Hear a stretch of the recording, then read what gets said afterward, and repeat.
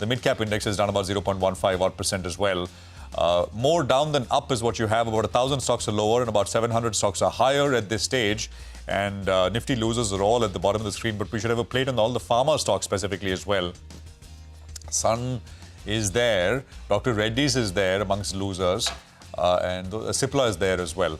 More down than up, but nothing dramatic, right? It's been a drift lower. The market yesterday on the Nifty at least broke some key averages. We'll have to see. 24,800 is the 61.8% retracement of the entire 1,000-point rally that we had from 24,400 to 24,500, 25,500 or so. So 24,800 by close, I think, is a level to watch for a confirmation one way or the other. So it's about 70 points lower to begin today's session. Surabhi. Okay, let's take a look at what's down this morning. On the lower side, Sun Pharma straight away. The cut is about 5% as of now, 4.7% to be precise. The others have also been dragged lower. Cipla, Dr. Reddy's. Remember, it's the issue was sentiment and overhang. I mean, could it be, in some form, generics next? Could there be something more coming? And that's what's weighing on the entire pharma side of the market. Apart from that, some of the other names that are weak include Bajaj Finance, Shriram Finance. The NBFCs are starting lower. ICICI Bank is lower by about 0.8%. IT is in no great shape. TCS, Infosys, all on the red side of the screen. Wipro is lower by about 0.5% as well. The Accenture guidance is not inspiring too much confidence about the next couple of quarters. So that's where the cut is coming in. Some of the consumer names like Nestle and Titan also slightly lower. Even Trent for that matter. So consumer, IT, pharma, all on the lower side. Let's see what's working. L&T up 1.3%. BEL is continuing its good form from yesterday. Maybe we can also put up Hindustan Aeronautics. The stock yesterday was up just about 1% or so. Now it's up about 0.5%. And of course, metals have had a great week so far, and that story continues. JSW Steel, Hindalco still flashing a little bit of shine on the green side of the screen. Nigel. Well, that's right. A few stocks that are deserving special mention. Finiotex Chemicals ahead of that board meet that they have scheduled. Stock is up 4.5%. Right. That stock, in fact, comes up in the screen. They bagged an $18 million order from South Africa. For the time being, big return. Size of the order not too large, but the street seems to be enthused on that one. So that's why you have RITES. That's up close to around 5.5%. Big move is what we're seeing. Bottom of the screen, Titan is calling for some attention. Massive large trade out there, 0.7% equity changing hands. We'll keep an eye out on that and try to get you further clarity on that front. Polycab, yes, we had JP Morgan Fund, MS, HDFC Life among the buyers as the promoter sold close to around 1.5% stake. So that stock as well comes up in the screen, holding with mild green as we speak. What else? Sun Pharma is under pressure. You have Lotus Laboratories that's under pressure. They're coming up in terms of the top losers on the downside. So both those two stocks should come up for you. Actually, the Pharma index itself is under the weather. But going by what all we have, it'll be interesting to see whether or not we do end the low point of the day. We saw sentiment got hit on the tech space, and that index hasn't recovered all of this week. So let's keep an eye out on both those two indices. Shant. Well, that's the lay of the land, right? It's down about 0.3%. And we've sort of continued on this slow drift lower after the high that the market made at about 25, what was it, 500? It was a nice 1,100 odd point move that we had. More in a bit. Sanjay Parekh is with us, founder and CIO at Soham Asset Managers, someone who looks at companies bottom up and has good ideas all the time. Not all the time, Sanjay, maybe overstating the case. But great to see you bright and early. So you, Nigel, and Surabhi. Absolutely wonderful. Sanjay, talk to us a little bit about this pharma business from the US. We've had a couple of analysts join us from the morning. Right. And, I was taking the opposite side, maybe just as a little bit of devil's advocate, but maybe angel's advocate, that maybe this removes overhang because he's done on pharma, it's branded. It's big pharma. He's not touched generics. Of course, I mean, you can always argue what stops him from targeting generics next. But from a stock point of view, just thoughts and your way of looking at it. Yeah, I think, let's start with what happened in IT, right? You suddenly saw a notification on the H1B raising of 1 lakh on the incremental issues of visas, H1B visas. So the direction is clearly not in the right context. Like, they are trying to do something quite ad hoc, which is very unpredictable. And it's very, very difficult to predict what will happen to these global businesses. So I think market is nervous on that. Rightly, this is for specialty exports from India to them. I mean, it's not about a generic. But, he also made a statement a few weeks back that the prices there are very, very high and they need to be slashed down. Now, if that happens, then obviously they will tell the generic pharma companies to take some part of the pressure. So I think that uncertainty is what is reflecting in the prices right now. And it's rightly so, and it's very tough to take a view in the near term. Okay, hi Sanjay, good to see you. So pharma things are still up in the air. But, one sector where you were relatively more overweight, I think, was autos, if I remember correctly, Sanjay. And that's played out very, very well. Your portfolio will be looking much better because of that. What do you do now, though? Those stocks have, seen a good run in the last 45 days since that hint came in with regard to GST rationalization. And now we're getting into the strongest consumption period. Right. How do you approach this sector since you were as it is overweight? Yeah, no, we are overweight and it helped us. So Maruti helped us. Mahindra, we were all throughout positive, almost now for 2 years, which worked very well. And then, while Samardhan Motherson is a global company, but we really like their aggressive expansion strategy and the unlocking they can do. And there could be near-term concerns. But genuinely, we believe this could be one of them which can meaningfully, what we call as can double in 4 years. Then this is one company we like, despite it being global. And of course, we had some Tata Motor. We took a knock because of this unforeseen event. While we were okay with the near-term issues, this is something which will be hitting them for a while and causing pain in Q2 and also maybe Q3. But overall discretionary space, we were positive. Now, I think, they're not like Maruti is not cheap. We own it, but, the whole thing is earnings will be minor upgrades from 4, 5, 6% volume growth to 7, 8%. But the valuation re-rating has significantly moved up from 16 times to 18, 20 times. So they're not cheap now, right? So we'll hold on, but we are now cautious. We'll not book profits yet, but we'll not buy. Hi, Sanjay. Good to have you on this Friday. So there's Pharma, there is IT. Those US hits keep coming, right? Even H-1B visas. Same time last week, we were talking about IT. But I think as per what I remember from around March, April levels, you had some exposure, not much, but some exposure to some large cap names as well. I'm not sure if you've pared that down, if you've sold it. What's the stance been? And are you looking at a different form of services? I mean, these digital businesses, the likes of your urban company, Eternal, etc. What are you doing there? So I tell you, IT, we are underweight now for 3 years. We had Persistent and Cofood, but luckily we sold off because we really found that there could be uncertainty. And luckily before this pain. We own Infosys because we don't go zero on a sector like IT, and we are underweight with Infosys with a mild overweight, and that is hurting us.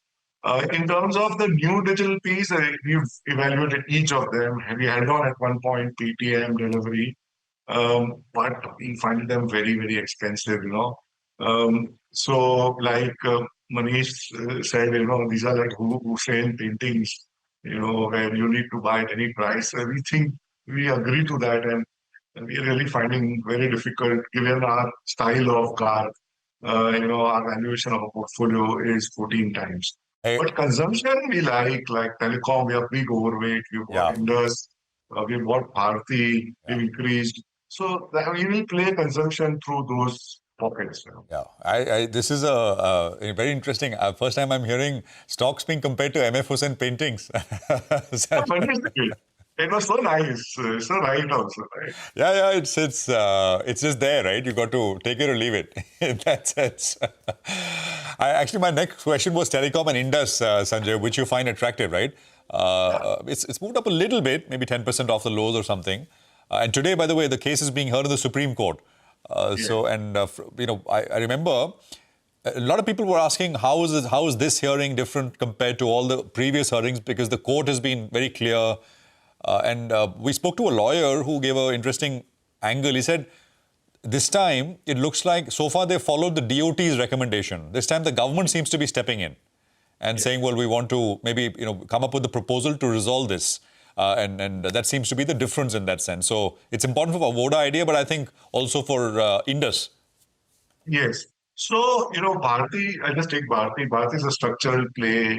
They will increase the market share. Even if Voda exists in a weaker form, it will still, Bharti can genuinely do very well in 3-4 years, right from ARPU increase. Clearly 60% of the increase in ARPU is falling on the bottom line, revenue market share increase, the subscriber gain, and of course the other businesses now like data center, they are very, very large players. So you will see some of this unlocking of those sub-values in digital space by Bharti in 3 years. Near term, it is not that cheap, but we will hold and we are overweight. We want it through partly paid up. Indus Tower, our thesis is from a Vodafone perspective, first, from a Vodafone idea perspective, I read the whole judgment, and while what we think is it's difficult to first predict what the judgment could be, but the government stand is clearly towards let's, and they have been saying that we need a 3-4 player market, including BSNL. So we think that there certainly can be some relaxation in terms of the payment tenure. I am not very sure about the liability getting reduced, but it is difficult call. But the government intent that Vodafone should continue itself, I think, they will certainly want, with the help of judiciary, to make some road. But also we believe that it's a very tough road ahead with a debt of 2 lakh crore. Let's say even if there is some reduction, it still would be, later on deferment. So it's going to be a tough scenario for Vodafone to move ahead. But from an Indus perspective, even if we take, let's say Vodafone, from an Indus perspective, if Vodafone goes belly up, which I hope it doesn't happen, those towers will be required by somebody, right? So if Vodafone's EBITDA contribution to Indus is, let's say, 5,000 crores, it will not be zero. It will be 2,000-3,000 crores. So even if you reduce that, and we like the strategy recently on Africa or the solarization of towers, and we believe the growth rate will get better from 6-7% to 12-14% for Indus Towers. And it's an absolutely net cash company. So there is serious value, a little bit of growth, and we could see re-rating. So we've taken a bet that, Vodafone in a weaker form will help Indus. And then if it gets stronger, great. And it's really cheap at 5.5-6 times EBITDA. No, so you own it? Indus you own, but Vodafone you don't own, right? No, we don't own Vodafone. Yeah. Indus Towers, yeah. Bharti. Yeah, all options are on the table, right? And we've all seen the previous cycles. We've seen debt getting converted to equity. We've seen banks starting to own highways and power plants, and anything's possible. Anything's possible when people decide to get down to it, as long as it has the court's blessings, right? So let's see what comes up. Promises to be an exciting day. Okay, very quickly, entering the last leg of our conversation, consumption. You mentioned that that's something obviously you're looking at. It's a very wide basket. So can you give us some specific names? What are you most optimistic on here? Which side of consumption? I'm asking X of autos, that we've already discussed. Yeah, so X of autos, we have telecom, we think is consumption. Bank, financial, retail credit is consumption. Housing is consumption. But we don't own FMCG. Because FMCG, it's worked for, again, 3 years. Interim, it does give us some pain. But we genuinely believe that even after this GST cuts, it's going to be taking a while before they get back their volume growth rate. And we are actively open to watching it, but we still feel valuation on implied growth are still very, very high compared to what they've delivered in the last 5 years. So we are zero on FMCG right now. And we are looking at each of the large players, Trend, Titan, but we don't own them. At a price, maybe we'll consider. So that's FMCG and nothing else on QSR, on your footwear and value retailing, none of that? No, we don't own them. Value retailing also is very expensive. 70, 60, No 70. value in value retailing, huh? Absolutely.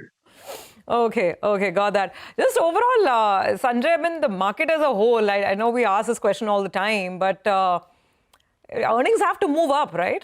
Are you optimistic that we'll actually see double-digit earnings growth this year?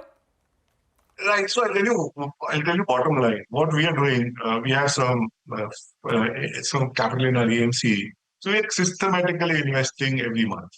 Because I think from here on, and we are telling that to our clients also, the second quarter is going to be weak because all the reasons we know. Uh, we are watching third quarter outlook, which is very important. But I really feel that the time correction and time correction has happened. Price correction could be there, and 2-3 months more and 3-4% lower is the maximum risk we see. And I really feel that third and fourth quarter will see slow recovery. And then FY28 is what people look at. And if we take 14-15 rupees earnings by then, and these are on broad conservative estimates on 27-28, India will still, I feel, get 20 times. That's 29,000. So that's 18%, 16, 17% in 16, 17 months. So I think a 3-4% lower and some time correction, and I think bottom of stock picking should start. Okay, all right. 120 points lower is where the Nifty is at now. Sanjay, thank you very much. It's a fantastic discussion, and so glad you're with us here this Friday morning. Have a good weekend. Have a nice day. And talk to you soon again. So, by the way, the market's now below 24,800. I can show you this visually, and we'll try and do that. Basically, that entire 1,100 point move has been now retraced, which basically means that, that was what 24,800 was. I mean, either you were continuing that up move or, that up move was ended and a fresh impulse, maybe lower is begun. And you're right there as we speak. So we'll have to take it step by step. 24,770 is where we find ourselves at. And the market, by the way, has moved a little more decisively lower. And look at market breadth. Yeah. 2,100 stocks are lower, and I've got about 400 stocks which are higher. So it's 5:1 slam dunk in terms of declines. 2 advances right now, Surbhi. Absolutely. And we've, of course, been reaching all kinds of levels in the downside. That's how it's going. By the way, on the pharma stocks, there's a mild recovery.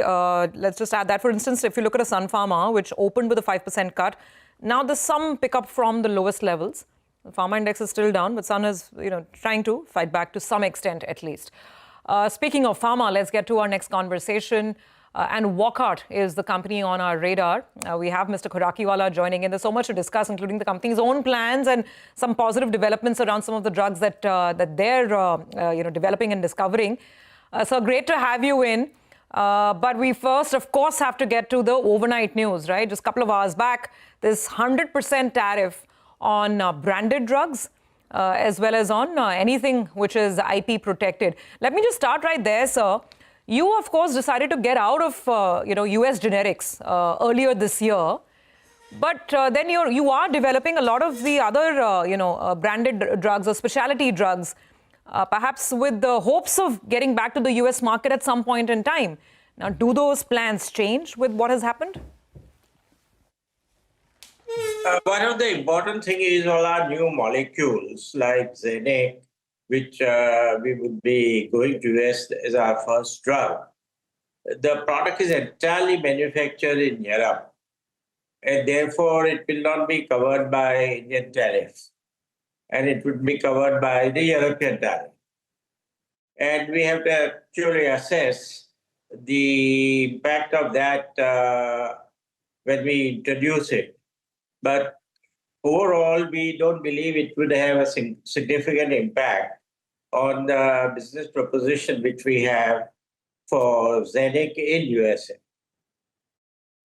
Okay, so you don't think it will have a significant impact? Since we're talking, specific to that drug, Zenec, what were the timelines that you were working with in terms of development, and how critical would the US market be in the scale-up and the sales of this particular drug? We would be filing to US FDA sometime next week. We would be filing Zenec next week. But sir, you don't, where is the drug being produced? Because the order seems very clear that the tariff is going to be there 100% unless there is manufacturing in the US. It is getting produced in Europe. So if it is getting produced in Europe, I do not know the tariff position. Is it even in Europe? It is 100%. But our product is getting manufactured in Europe, and we have to assess the impact of the tariff. But this will affect most of the drug because major part of a new molecule are also manufactured in Europe and other countries. Mr. Khurakiwala, good morning, sir. Prashant here. Yes, Prashant. You know, the way it's all on the back of a social media post, right? That's how this is being conducted. From President Trump. So details, etc., we don't know. We've been talking to analysts.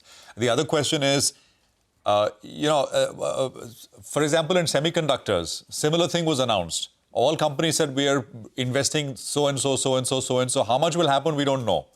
And then nobody's tariffed anything.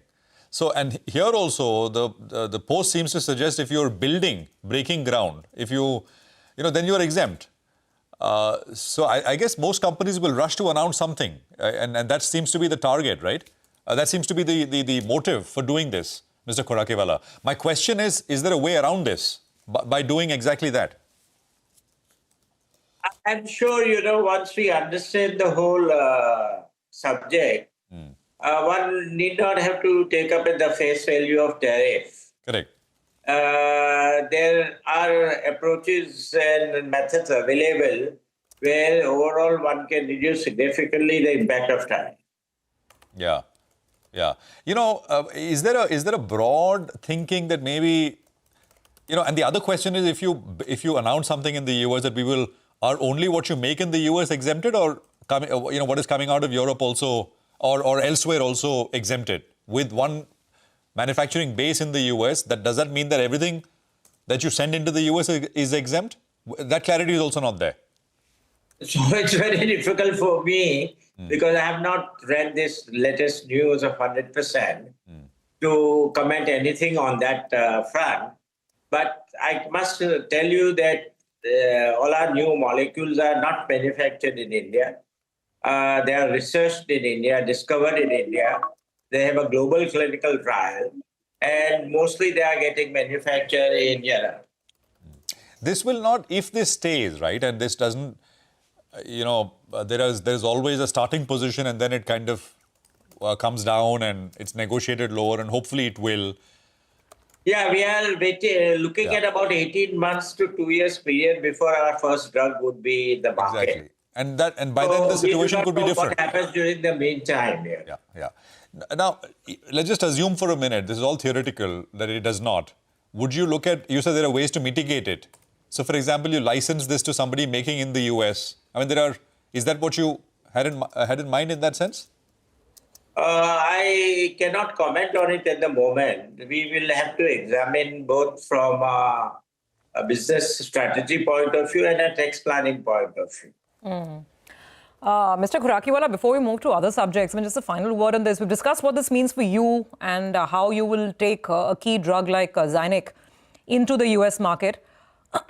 Just a sense on what this could mean for the rest of the industry, the few players who are selling branded drugs in the US. I mean, at 100% tariff, is the business viable at all? Whether it's for you, I mean, you will be, of course, exporting it through Europe, or for anyone else who could be exporting from anywhere, including India?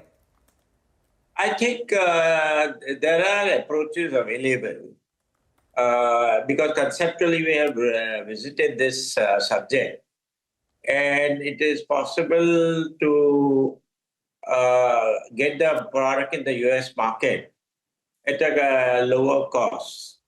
I cannot discuss this in detail because we have just explored this possibility and we haven't come with a very specific view. Okay. Sir, as far as, and I know this is a speculative question as of now, maybe unfair to ask, but let me ask it anyway. Do you believe that there could be some measures even on generic drugs? It doesn't impact you. You've already sold the business ahead of the curve, so to speak. But, how would you assess the possible implications on the rest of the supply chain and perhaps even the future of generic drugs being sold in the US at this point? See, really, Bocart is not has exited a generic business completely from US. So as a company, we are not affected at all. But talking of industry as a whole, it's very difficult for the US to have drugs not coming out of India because 40% of entire usage of medicine in US comes from manufactured in India. And if there is a shortage of drug because of any other reason, it will have a catastrophic effect in the healthcare management in the US. So either the levy will be passed on to the user, that is to government or to insurance companies, and the prices of the drugs will go up accordingly. Okay, sir, let's also talk about the other development favorable for the company, which is what the Lancet Journal is saying on McNuff. In fact, if you could just highlight this point as well. So what is the data and what are the implications then for the further scale up on McNuff? See, what is important here, it is the first publication from India which has been covered by Lancet. This also represents the integrity and thoroughness of our clinical work and the molecule itself.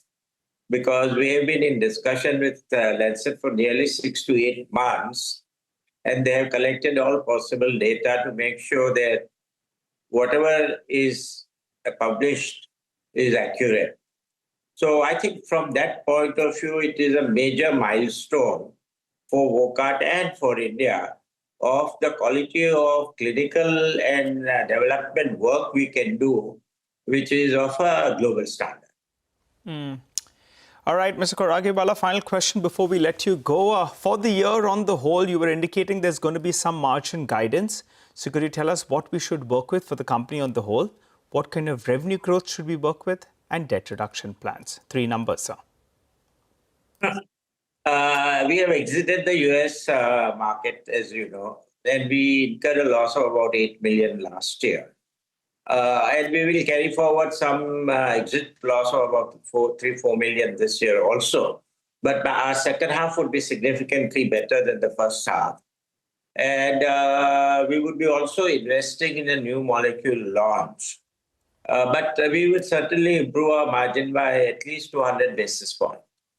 Okay. And growth on the top line, sir, on a like-to-like basis, as you said, you've exited a couple of businesses. So what should it look like? If you can give us but still, it will be double-digit growth. Double-digit growth. All right. Okay, Mr. Koragiwala, appreciate you joining in. Looking forward to chatting up with you as we get some more clarity with regard to these tariffs on the, in the United States and the way ahead. For the time being, we slip into a short break. On the other side, we'll be joined, by the Federation of Automobile Dealers Association. We'll also joined by Mr. Gulati of United Automobiles, who will be joining in to tell us what is the sense and how are things panning out on ground for the auto segment.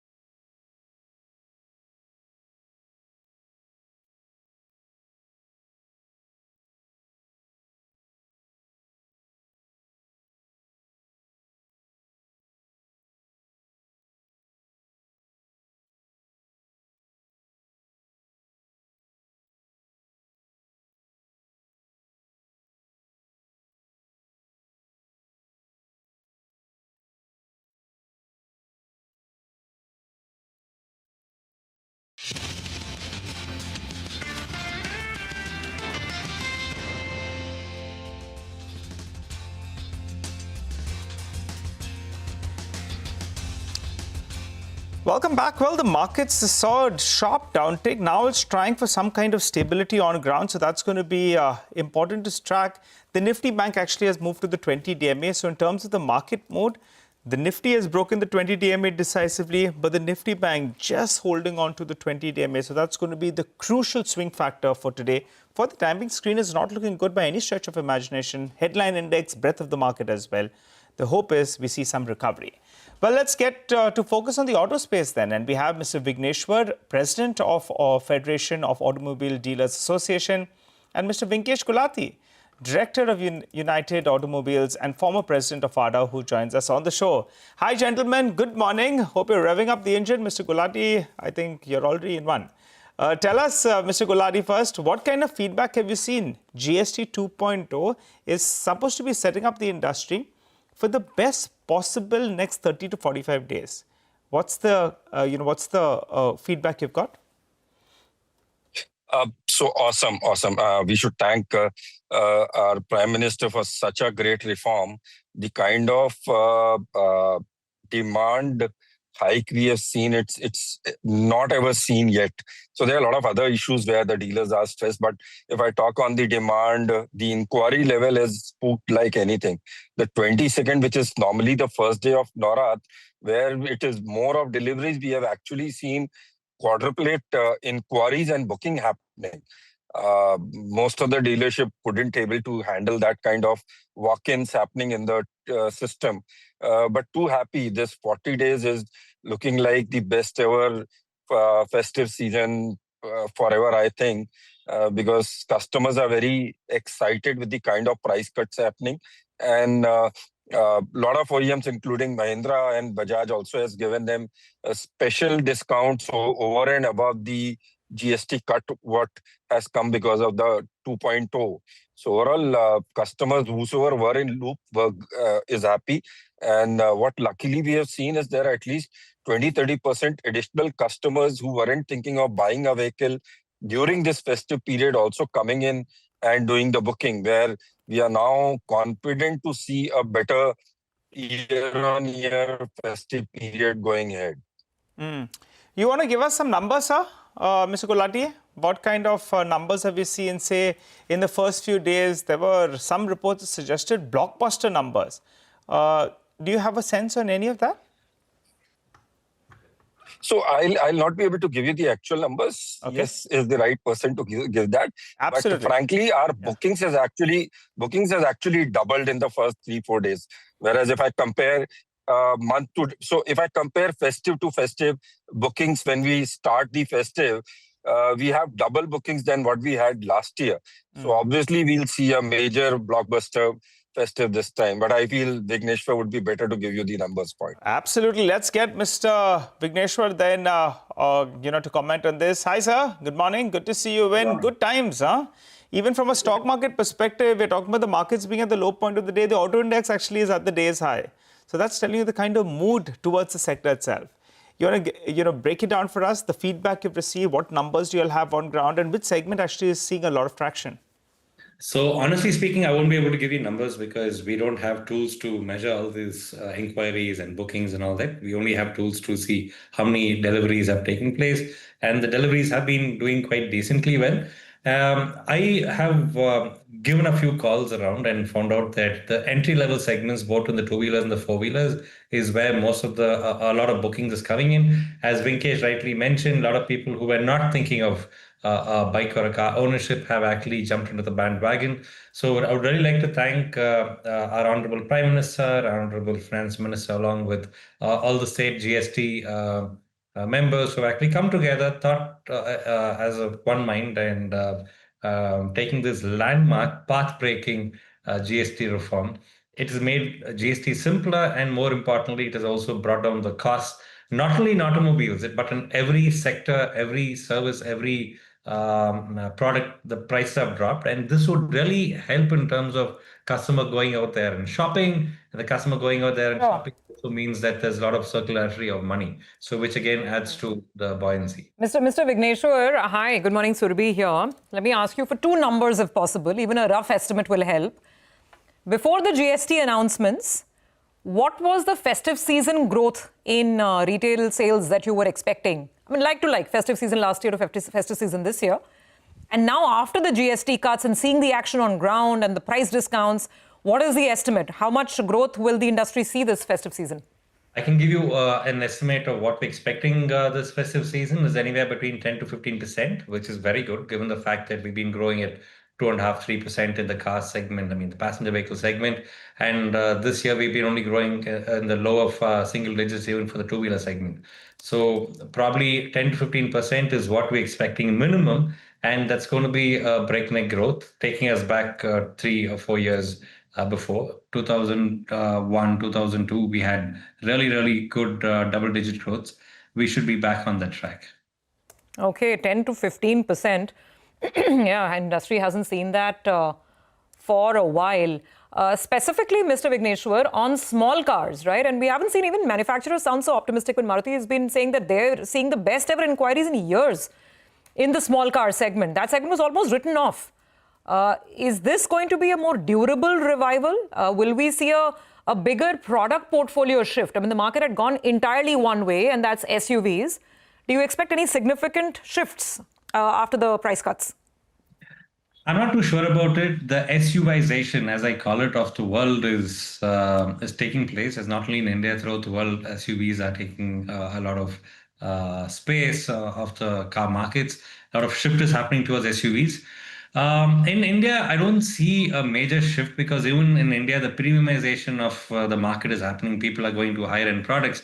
But a lot of customers who were not thinking of buying a two-wheeler, an entry-level two-wheeler or an entry-level four-wheeler, will be thinking of it right now, are thinking of right now, and we are seeing them walk into our showrooms to make a buying decision. So that's amazing because all this having a large base in the entry-level segment will lead to better sales in the future too because they move up segments. So I think this is going to be sustainable.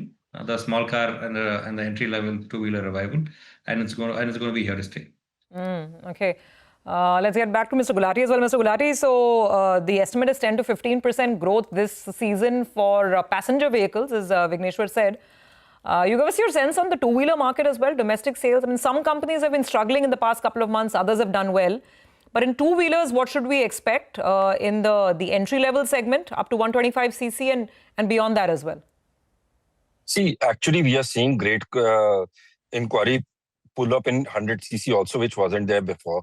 And two-wheeler has always struggled where the major market was. And slowly, if you see with the electrification happening, the motorcycle sales going down, even 100cc going down. With the GST reform too, we are seeing that 100cc bikes have already started getting that kind of inquiry we used to get, around 6-7 years back. And I'm hopeful that will increase the pond. So we had seen two-wheeler, the maximum in 18-19, I feel.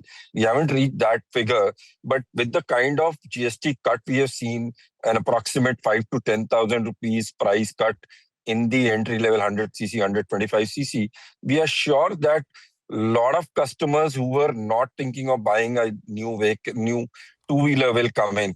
And it will benefit more on the rural side and additionally the salary class people, which is on the lower strata, will obviously come in. So we are confident of having, like Vigneshwar said, the entry-level cars are seeing momentum. We are also seeing a similar momentum at our Bajaj showrooms on 100cc. And if I talk to my Hero co-dealers, they are very, very excited because of 100cc prices going down and the kind of inquiries they have now started seeing because of that. And if that actually comes to conversions, I feel two-wheeler market slowly and steadily can go back to its glory days. No, absolutely. And I think we'll have to track this one as sales proceed and the festive season goes on. It's a real pleasure to speak to both of you to get an update from the ground. Mr. Vigneshwar, thank you very much for joining us. And Mr. Gulati, really appreciate you coming on as well. So That's markets, that's autos for you. 80 points lower. We've recovered a little bit. We're just above the 24,800 level. I think that's the critical number. The low today, Nigel, has been 24,760. Yes. In that sense. And the pharma stocks, they are the ones that are seeing a big recovery from the lows of the day. Just pull up the index itself. That's recovered considerably. In fact, Sun Pharma stock was down 4.5% in the first 5 minutes of trade. That's now down close to 2%. It's still down, but there is a bit of a recovery. Tata Motors got spanked yesterday. That stock, in fact, has fought back. That's up close to around 2% as we speak. So good going out there. And the auto pack, as we had Mr. Vigneshwar as well as Mr. Gulati, both of them saying things looking very, very strong on ground, inquiries, demand as well. So for the time being, the street is buying into that, and that index, is doing well in a market that's actually seeing some selling. The problem really is tech. Tech is not able to see a relief rally. Wipro moves to the low point of the day. That's the problem pocket. Asian Paints as well, after seeing a good rally from the recent lows, that's given away most of that rally. It's back down to around 2,300 rupees odd. And IndusInd Bank, that's a stock that's moved a little bit lower. The Nifty Bank, very, very close to the 20 DMA. It needs to hold on to that mark. Surabhi? Okay, so those are some of the stocks in focus. The market, well, at least it's not a one-way down move. If you want to be an optimist, you have to look at that side of the story as well, because Nifty had breached 24,800, and now there seems to be some semblance of stability. And by the way, look at pharma stocks. Sun Pharma, remember we started with a 5% cut when the market opened. Now it's down to about a 2% cut. But the worry is around IT now. A lot of large cap IT is under a lot of pressure thanks to Accenture's guidance. Remember, Accenture is guiding for 2 to 5% growth in this year versus growing at 7% last year. So that obviously has soured sentiment. Once again, Tata Motors is, of course, zooming ahead, on some positive news around the company. I'm just looking at the big losers now because the mid-cap market obviously is falling quite a bit. Wari, where there's an investigation that's started in the US, this is as per Bloomberg reports, because of circumventing some of the import rules. That stock's down 5.5%, so it's the big one. Wockhardt itself is down about 5.5%. You just heard the management speak to us about their plans and implications of the 100% US tariff. Okay, well, with tariff, let's actually get back to the big story itself, and Ekta is back with us. Ekta, so some of these stocks like Wockhardt, I mean, we just heard Mr. Khurakiwala explain how they'll still go ahead and file for, one of their key drugs, but I think the market is concerned. But you tell us more, I mean, Sun itself, what more now? Well, just to reiterate that as of now, this 100% tariff is going to be applicable to patented and branded drugs. And if in case you do have any kind of manufacturing in the US, your building capacity in the US, then you would be exempted from it. Now, for Sun Pharma, they have, the maximum exposure here because they do have the branded portfolio of drugs which will be possibly impacted. So that means that they will have their specialty portfolio, which is around 19% of their total sales. But they have indicated that they do have US operations. When they were quizzed about it in the previous call in terms of onshore manufacturing, they said that they are sufficient at this point in time when it comes to onshore manufacturing, or that was what the implied view was with regards to Sun Pharma. Whether or not they need to, go ahead further, that'll be something to watch out for. For Wockhardt, it is a novel antibiotic which will eventually be a patented drug if in case they do get approval. So the street is fearing that. So that's the reason the stock is down around 5% because they don't have any presence in the US. So they would be probably impacted the most. But they are saying that they do have operations in Europe. So that is a point of lack of clarity because one does not know whether or not the US-Europe tariff would apply or whether or not this is an overarching announcement which is made by the Trump administration. So we're getting very micro in these views as of now. Let's see how things pan out in the next couple of weeks. But this is the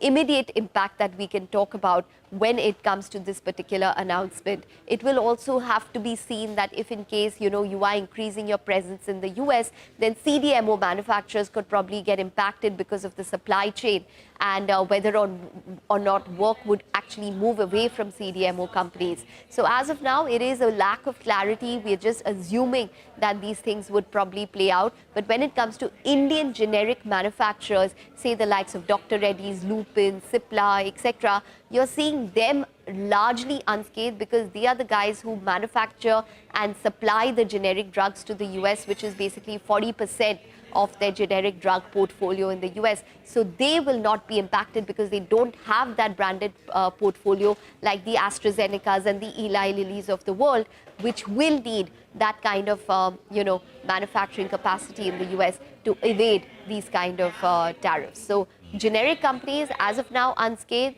but companies which do have an innovative portfolio will be under the banner. All right. Ekta, thank you very much for that. So that's a pretty rounded perspective on the entire matter. Sudeep Shah is with us, Head of Technical and Derivatives at SBI Securities. Sudeep, good to have you with us here. Thanks for your time. Just a view on indices and then, of course, your trades. Good morning, Prashant. Prashant, post the last 5 days, lower top, lower bottom formation in Nifty, we have seen another gap down opening in Nifty. But now today's opening and sustaining around this 24,750 mark is important. I feel from here on, we might be heading into key support zones, which are closer to 24,700, 24,800. This 100-point band will be extremely crucial. I feel that last few days a lot of negativity or lot of negative momentum may be already pricing, and we might be forming a extreme short-term bottom here on between 24,700 and 24,800 zone. So from here on, I feel constructively, slowly and steadily within the large cap space, one or key selective mid caps, one should start getting bullish. And on the upside now, from a reversal perspective, for the reversal to be confirmed, I feel 24,950 is that first level that we should be eyeing for. About 24,950, the first levels that the indices may go up to would be 25,150, 25,200. So key levels 24,700 and 24,950. Okay, got that. Any individual stocks, Sudeep? One stock which is coming on radar is L&T Larsen. Now, I feel in these volatile times and times where the markets are a bit dicey, it's better to be sticking to be with large caps. And Larsen has given a breakout now on a daily chart as well as the weekly chart. The stock is doing quite well. It's holding above its key moving averages, and while the markets are falling, it's steadily rising higher. That means that there is some kind of a better relative strength witnessed there. So I feel from here on, Larsen can be added on all dips up to 3670, 3680. Keep a stop of 3630. The first targets that we are looking out in Larsen would be closer to 3850 and 3930, maybe in the next couple of weeks. Okay, all right, got it. Remember, Larsen has finally managed to come to some sort of an agreement with the state government in this Hyderabad metro, which has not worked out too well for them. They'll be getting some money. And I think that overhang at least seems to be getting out of the way in that particular project for them. Stock's doing well today. Take a break right now. Quickly come back on the other side and we'll get you all the latest from the commodity universe with Manisha.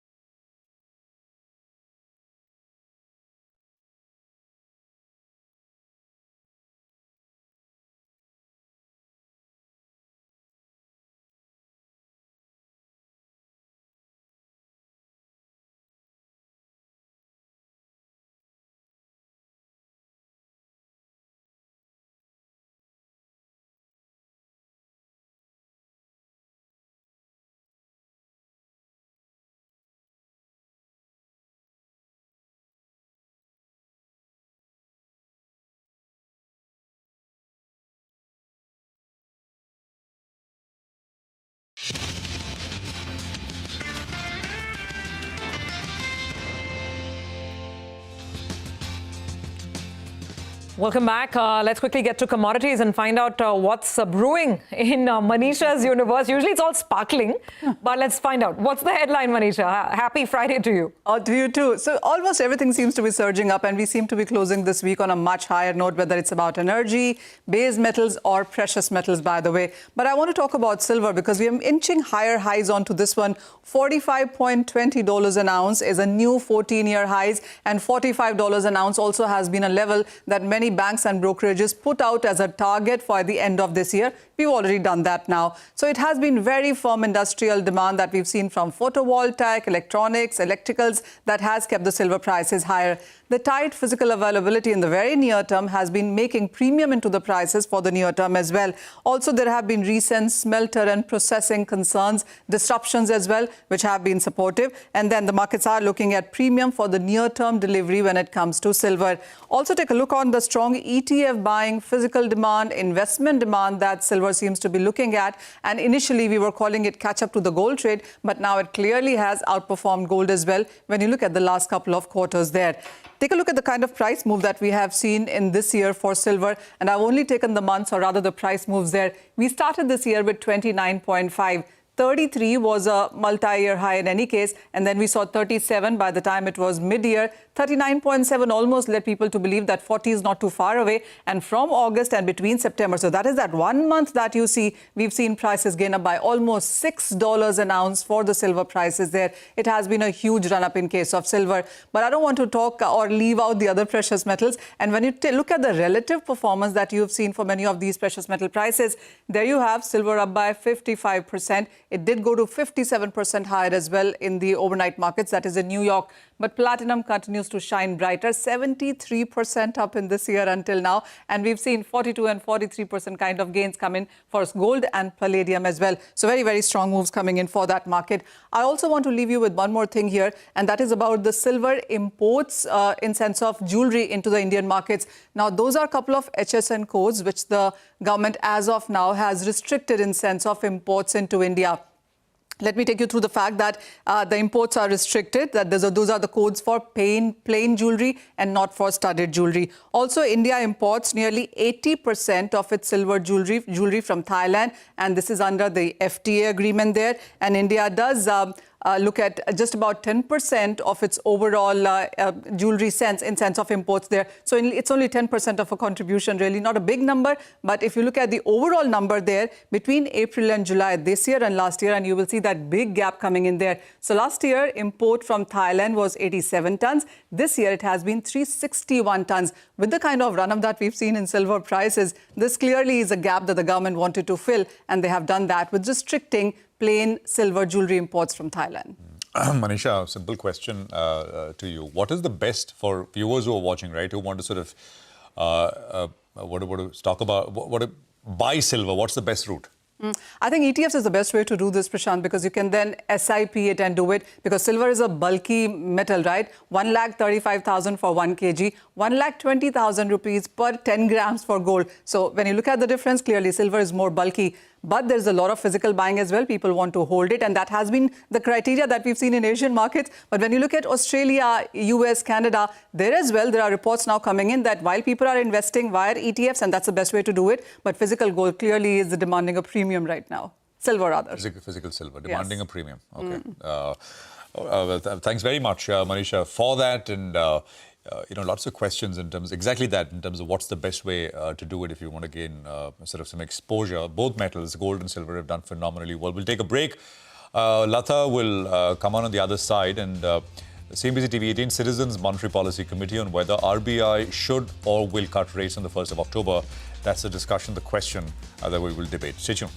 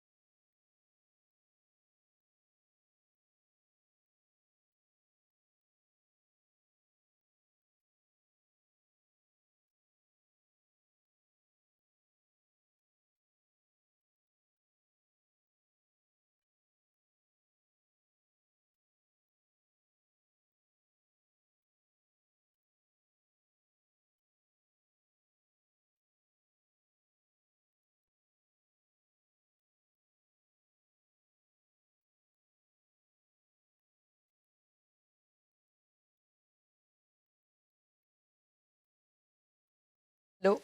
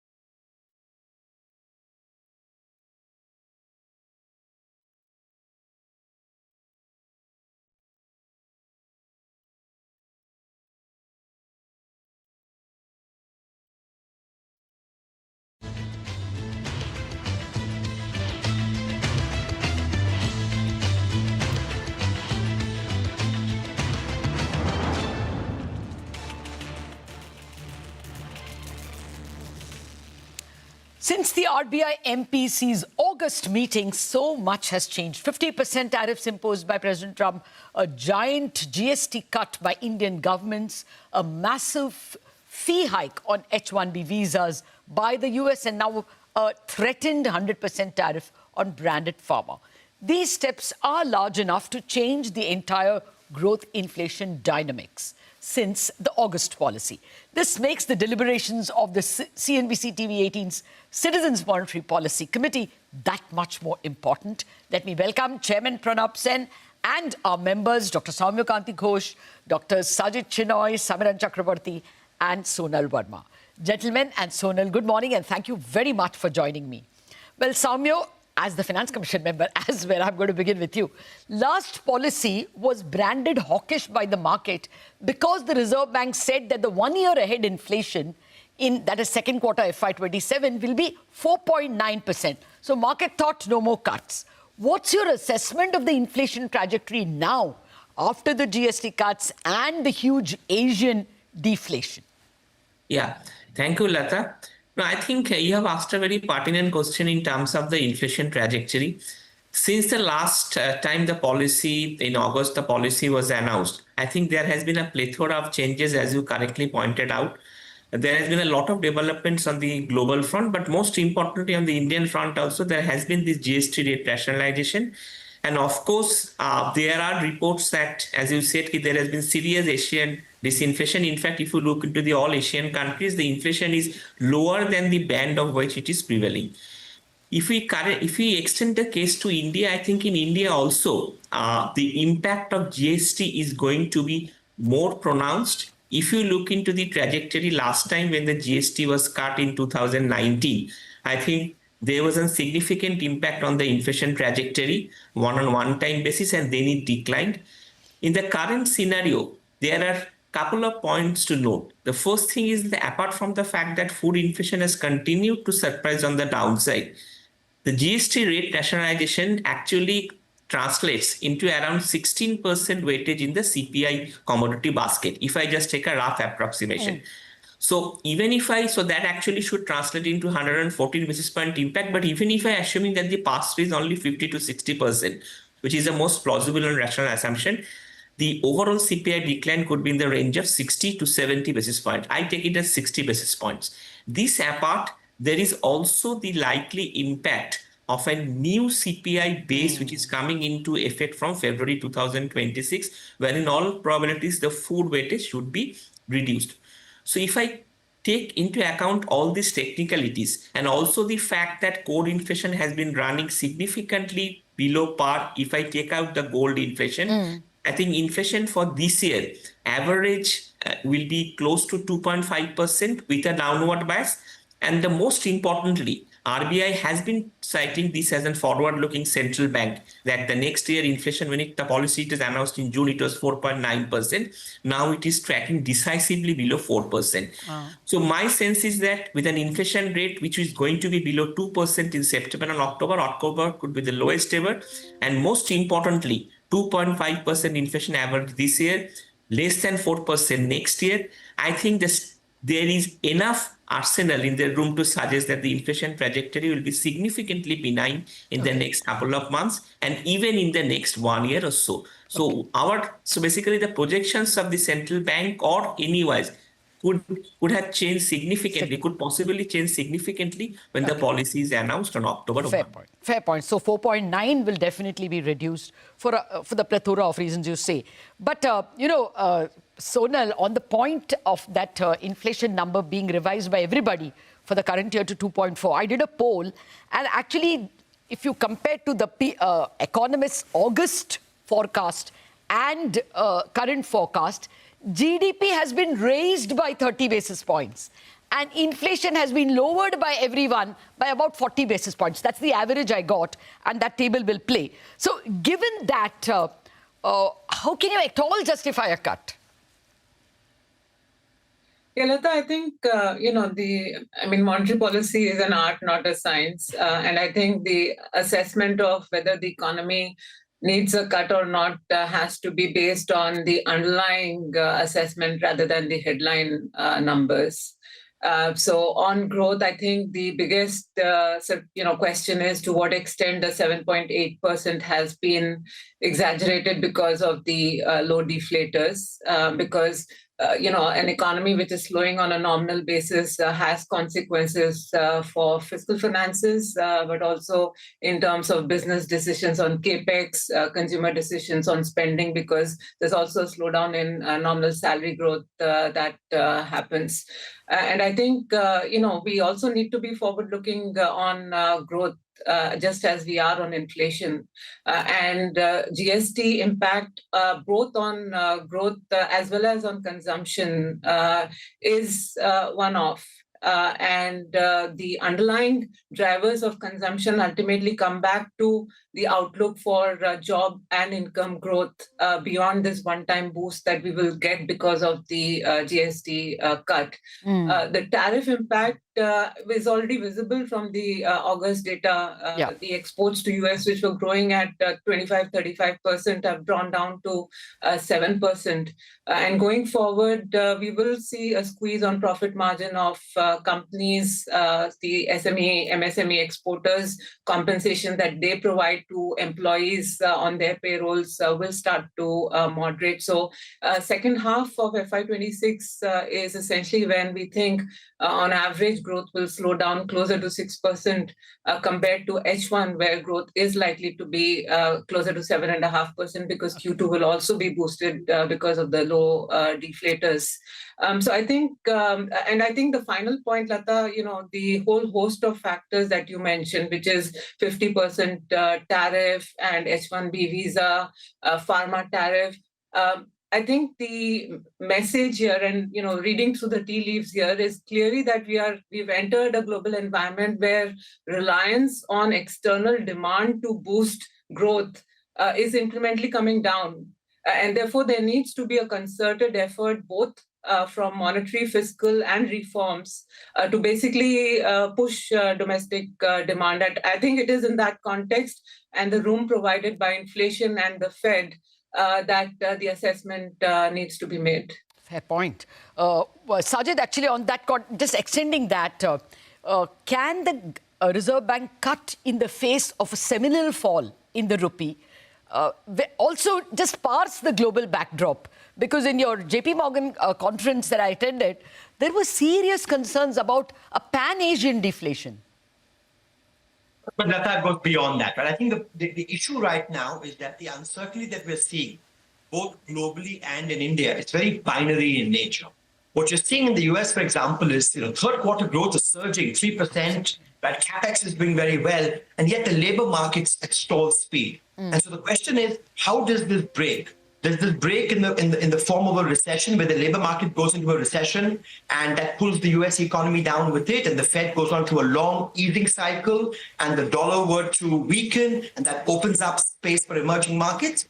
Or does it break in the other direction, where we've had many false dawns, and in the wake of this large immigration outflow, both inflows being stopped and now some outflows as well, that the break-even rate in the labor market is much lower. And so the labor market stabilizes at 30 or 40,000 jobs in the next few months. US inflation, which has been building, continues to build, and we have a very short easing cycle by the Fed, which is what Fed policymakers warned earlier this week, and the dollar strengthens and puts pressure on emerging market currency. So the risk in the US is very binary. I would argue similarly at home. The elephant in the room is we've got a 50% tariff from the US, but the macro outlook over the next 4 quarters will depend hugely on whether a deal can be struck in the next month or two, or whether we don't have a deal for the next 2 or 3 quarters. Right? Similarly, just as we have external headwinds coming from the tariff, we shouldn't ignore the fact that there are building domestic supports beyond the GST cuts. We saw direct tax cuts earlier, direct tax cuts now, very low inflation, which opens up purchasing power, a monetary easing cycle that's working through the system, and a very strong monsoon.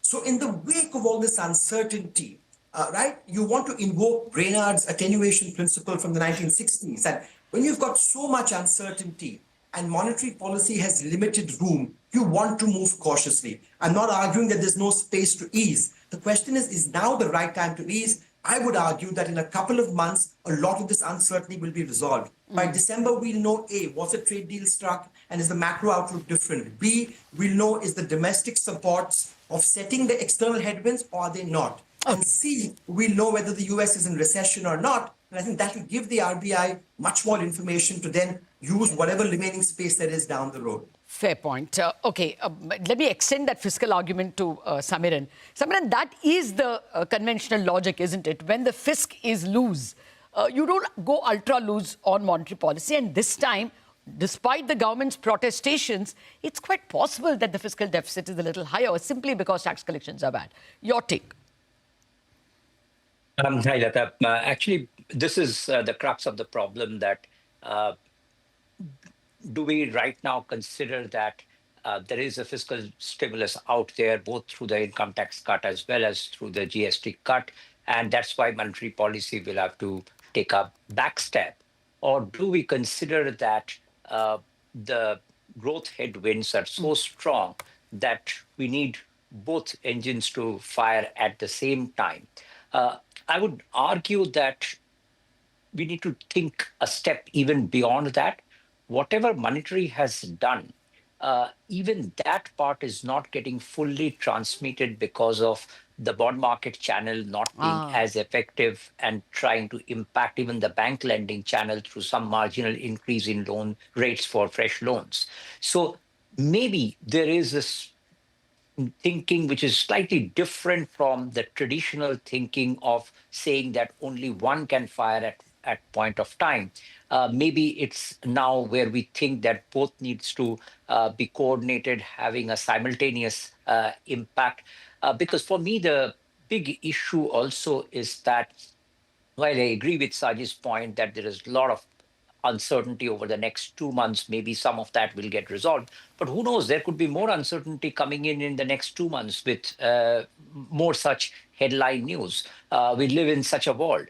And to convey today to the market that we have some space, but we are keeping that space for another day is not going to be a very easy communication. In other words, a dovish pause is going to be a very difficult communication for RBI. Maybe that's why delivering a 25 basis point cut, even on the face of the fiscal stimulating, might be tactically a better stance, but it's a very marginal call. Okay. Yeah, it looks like, from what when I speak to the market, it looks like a very divided call. But before I ask you all to vote, let me get the chairman to weigh in. Dr. Sen, does growth really need help now? Is it that bad? Well, Lata, the issue really isn't growth in and of itself. The issue, I think, now are the set of expectations that have built up because of the various factors that people have talked about. The problem, of course, we don't have a full understanding of what these expectations are. And I'm talking about both consumer expectations as well as investor expectations. And that really is the issue. Now, the whole question is that we all agree that uncertainty is heightened. Yes. But despite uncertainty, people are going to make expectations about the future. They're going to hedge perhaps, but they will have expectations. The real question is, how do we handle it?